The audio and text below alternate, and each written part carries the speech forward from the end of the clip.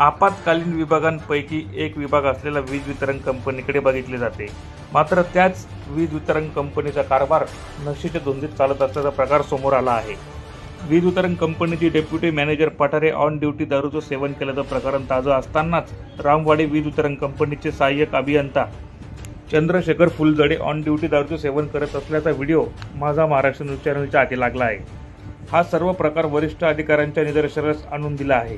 या मद्यप्रेमी अधिकाऱ्यांवर वरिष्ठ अधिकारी काय कारवाई करतात याकडे सर्वांचेच लक्ष लागून आहे। मात्र अशा बेजबाबदार अधिकाऱ्यांवर तत्काळ निलंबनाची कारवाई करण्याची मागणी जनतेतून होऊ लागली आहे।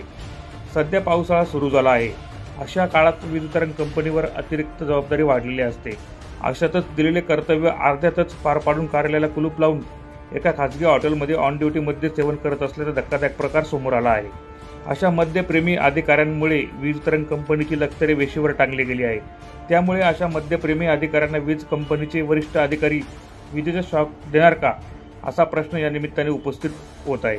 वीज कंपनीची प्रतिमा मलिन करणाऱ्या अशा बेजबाबदार अधिकाऱ्यांवर कठोर कारवाई करण्याची मागणी पुढे येऊ लागली आहे। ब्युरो रिपोर्ट माझा महाराष्ट्र न्यूज धुळे।